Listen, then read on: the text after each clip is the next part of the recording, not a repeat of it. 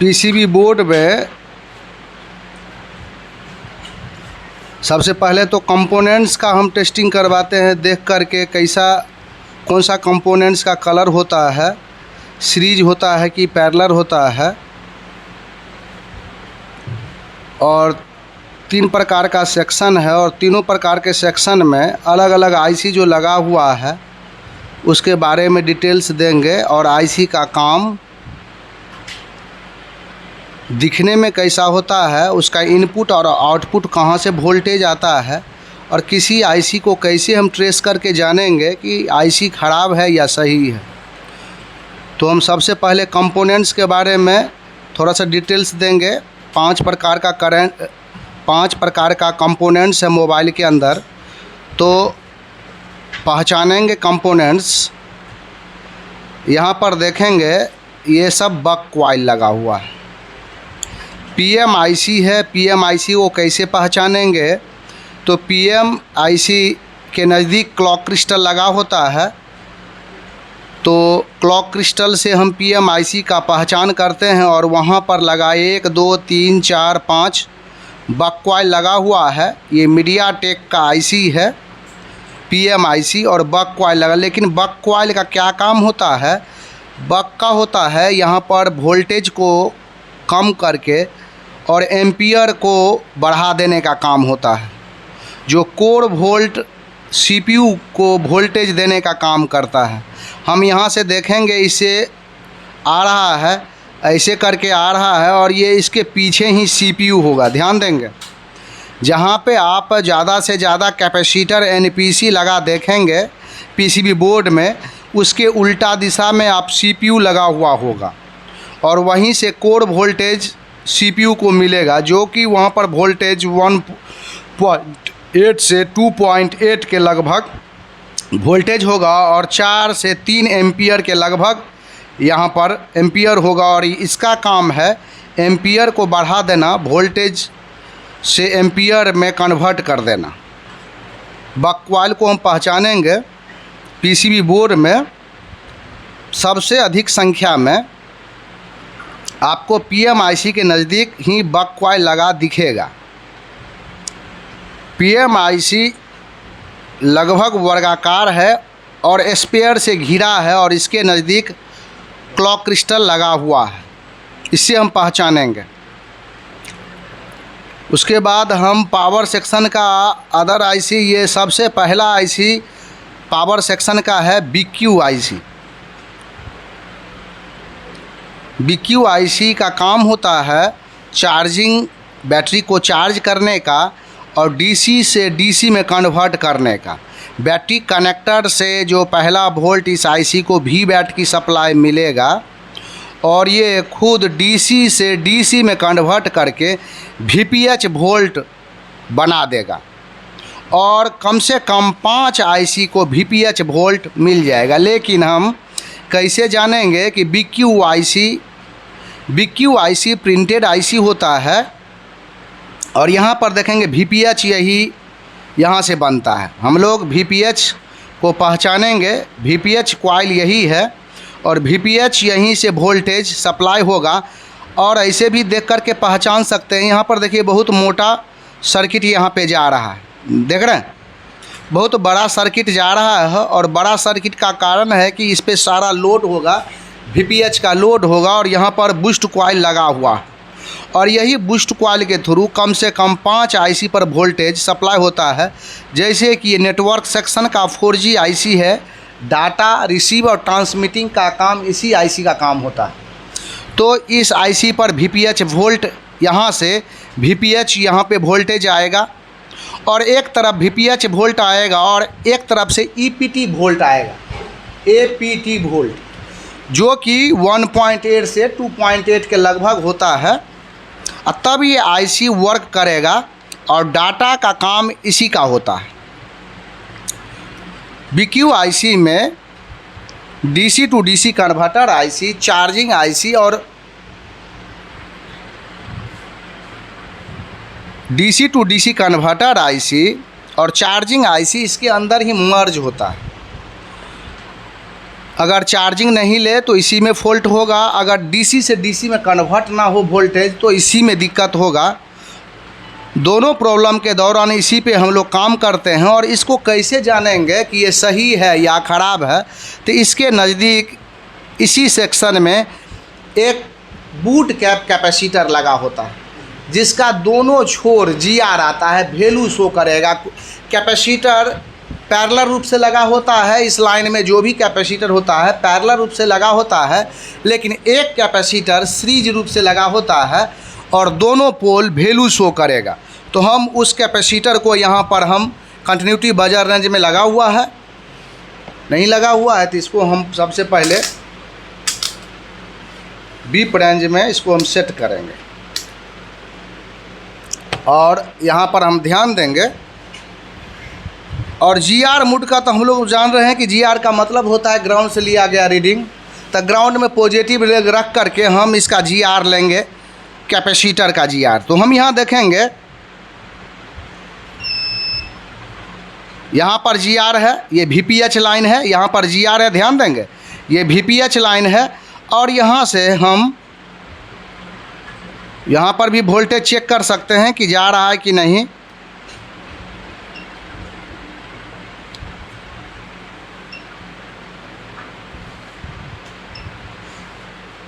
यहाँ पे नहीं जा रहा, लेकिन फिर भी हम यहाँ से चेक कर रहे हैं। तो इसके नज़दीक ऐसा एनपीसी खोजना है, कैपेसिटर खोजना है जिसका दोनों छोर जीआर हो। तो हम ऐसे करेंगे, इधर भी जीआर, देखिए जीआर होगा वहाँ पे, और इधर भी जीआर होगा, ध्यान देंगे। लेकिन और जितना भी कैपेसिटर यहाँ पर लगा हुआ है, एक तरफ बीप है और एक तरफ जीआर है। यहाँ पर भी देखेंगे एक तरफ जीआर है और एक तरफ बीप है। तो जितना भी कैपेसिटर इसके नज़दीक होगा, सारा कैपेसिटर एक तरफ बीप और एक तरफ जीआर होगा, पैरेलल रूप से लगा होगा। और एक ही एनपीसी लगा होगा जो दोनों तरफ वैल्यू शो करेगा, जिसमें कि जीआर दोनों तरफ से आएगा। यही बूट कैप कैपेसिटर है।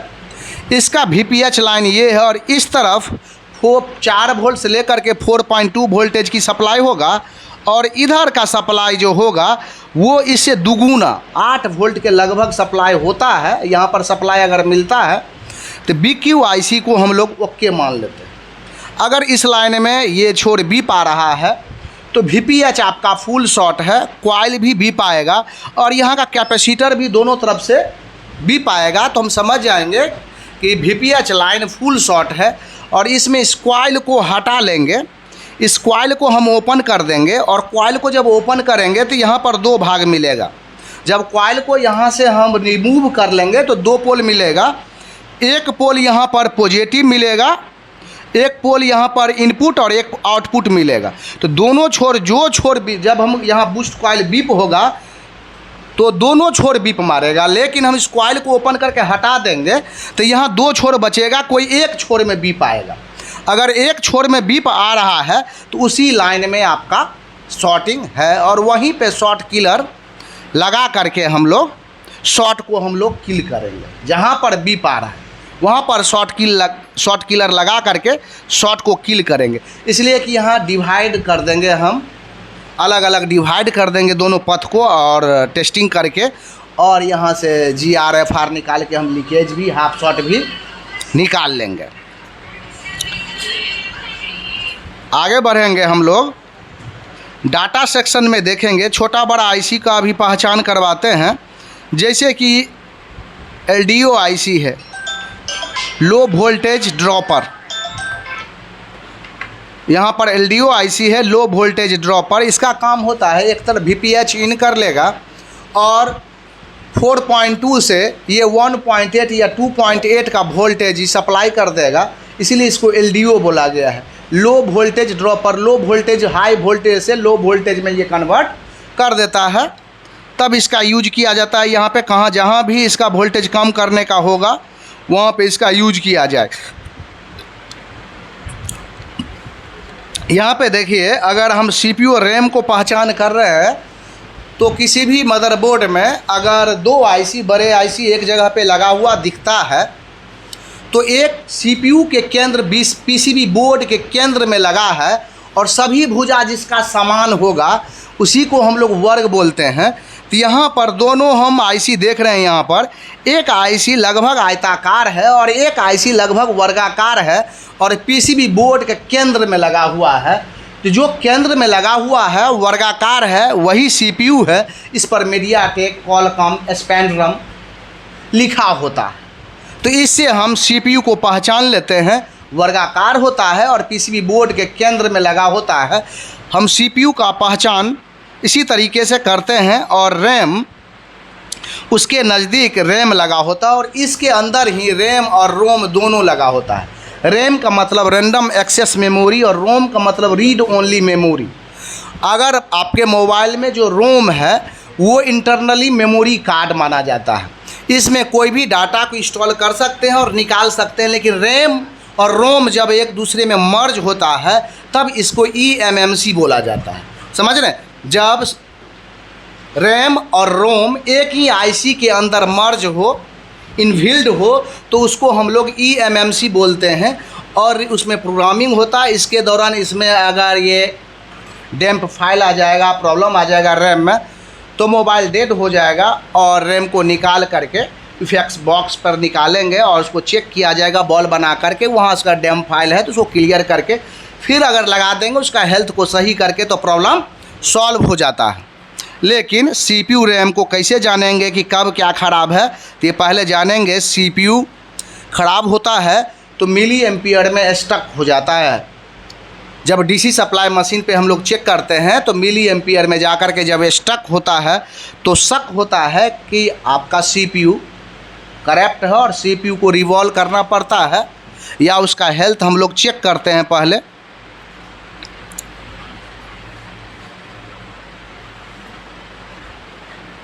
यहाँ पर देखेंगे ये आईसी आपको दिख रहा है। यहाँ पे ये आईसी प्रिंटेड आईसी है और इसके नज़दीक बूस्ट कॉइल लगा हुआ है। तो ये फ्लैश लाइट देखिए, यहाँ पर देखेंगे यहाँ पर फ्लैश लाइट है। ये फ्लैश लाइट के लिए आईसी ये लगाया गया है, दिख रहा है फ्लैश। यहाँ पर जो ये आईसी है फ्लैश को जलाने के लिए आईसी लगाया गया है। उसके नज़दीक ये आईसी देखेंगे, लंबा आयताकार चमकीला छोटा सा आईसी है। ये आपका ग्राफिक्स आईसी है। पीसीबी बोर्ड में ग्राफिक्स आईसी, उसके नज़दीक भी बूस्ट कॉइल लगा होगा, लंबा होगा और इसमें 5 वोल्ट पॉजिटिव और 5 वोल्ट निगेटिव, 5 वोल्ट प्लस और 5 वोल्ट माइनस की सप्लाई डिस्प्ले कनेक्टर पर आकर के ग्राफिक्स का काम करता है। तो ग्राफिक्स आईसी को भी पहचाने। और यहाँ पर देखेंगे लाइट आईसी है। यहाँ पर से बूस्ट कॉइल निकाला गया है और बूस्ट कॉइल और जहाँ पर सीरीज डायोड मिले, जो दोनों पोल जीआर आता है जिस डायोड में, जहाँ पर बूस्ट कॉइल यहाँ से निकाला गया है और डायोड सीरीज रूप से लगा हुआ है, बूस्ट कॉइल भी और डायोड भी। और ये लाइट डिस्प्ले बैकग्राउंड लाइट के लिए वोल्ट देने का, एनोड और कैथोड वोल्ट देने का काम करता है। एनोड प्लस होता है और कैथोड माइनस होता है। तो लाइट आईसी को हम पहचाने। उसके बाद हम नेटवर्क सेक्शन में कुछ आईसी है, इसको हम पहचानेंगे। तो नेटवर्क सेक्शन में मूलतः 3 प्रकार का बड़ा बड़ा आईसी लगा होता है। तो हम सबसे पहले RFIC को जानेंगे। RFIC का मतलब होता है रेडियो फ्रीक्वेंसी और RFIC का काम होता है RF सिग्नल को फ़िल्टर करना, ऑटो ट्यून करना और रजिस्ट्रेशन करना। और इसी के अंदर बेसबैंड भी होता है। क्या होता है? बेसबैंड भी इसके अंदर होता है। और ये ख़राब होने के बाद सीधा नो सर्विस में सेट चला जाएगा। किस चीज़ में चला जाएगा? नो सर्विस में सेट चला जाएगा। आपका RFIC ख़राब होगा तो ये नो सर्विस में सेट जाएगा। और RFIC का पहचान है ये वर्गाकार होगा और ज़्यादा से ज़्यादा स्पेयर लगा होगा। और नेटवर्क सेक्शन में एक ही आईसी होता है जो RFIC बॉल आईसी होता है। समझिएगा, एक आईसी ऐसा नेटवर्क सेक्शन में है, एक ही आईसी है जो कि बॉल आईसी। बॉल आईसी का मतलब उसके अंदर बॉल होता है। प्रिंटेड आईसी का मतलब उसमें प्रिंट होता है।